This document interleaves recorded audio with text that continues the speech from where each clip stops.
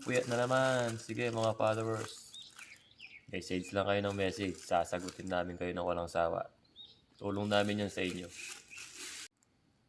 At siyempre guys, saktong-sakto yung panahon. Ang sarap magkape. Yung kasama ko hindi nagkakape ito eh.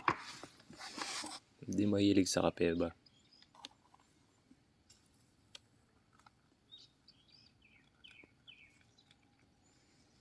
Habang hinihintay ang go signal niya mo anong gagawin. Pero hindi ko alam kung pupunta pa dito. Ilang araw nang hindi napunta dito guys.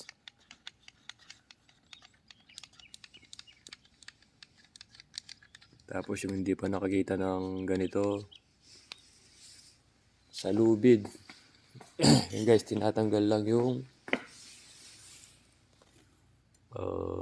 maliit na sinulid na nakakapit dyan. Diyan kasi nakakapit yung punla ng Miyocotacea. Tinatanggal lang tapos pag natanggal na lahat, iro-roll ulit ng ganito. For preparation sa naman yun. Pagtatanim bandang October pa yun. October, November.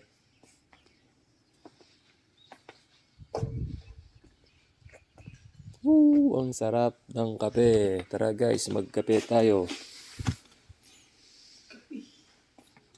Kape. Kuko ng agila. Kuko ng mga farmers.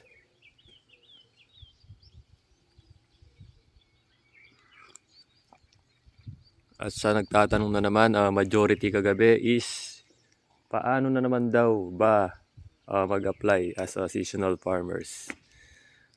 Sige, basta magtanong kayo ng magtanong guys. Sasagutin namin ng walang sawa yan. Sa seasonal farmers, ano lang yan, municipality by municipality. Magtanong kayo sa mayor nyo, baka meron na. O kung wala, mag-request kayo. Mas maganda marami kayo. Malay nyo, pinagbigyan kayo ng mayor nyo. Sayang guys, ang laki ng sahod dito. Lalo na yung mga walang brokers fee. Shoutout sa mga taga-sablayan yung kasama namin si Jay, walang kaltas yun. Walang brokers fee yun. Tapos yung iba, tagastos nila papaalis, mga wala man umabot ng 43,000 nata, hindi umabot ng 50K.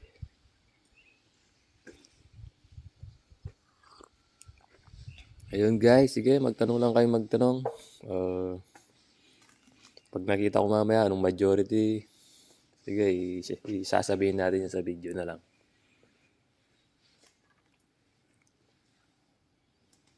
Siyempre, pagkatapos ko magkape, tutulong na ako dito para kailangang hatawan yan.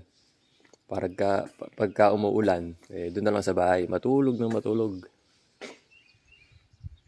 Pag hindi makalaot ng tasimaan.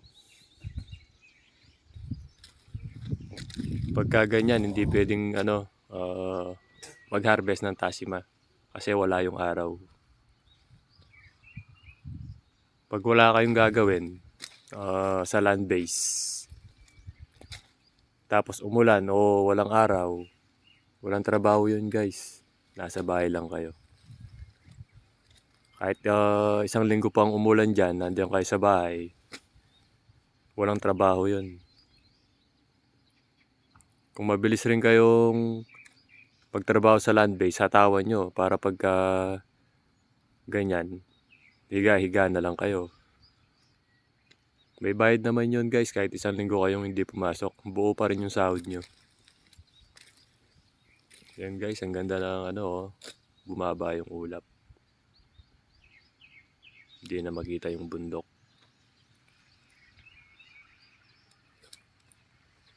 Yan guys, update for today lang. Wala si Amo, halos isang linggo na.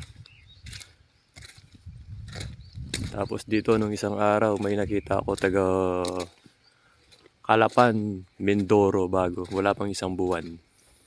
Nagtatanggal sila ng tuyong damo.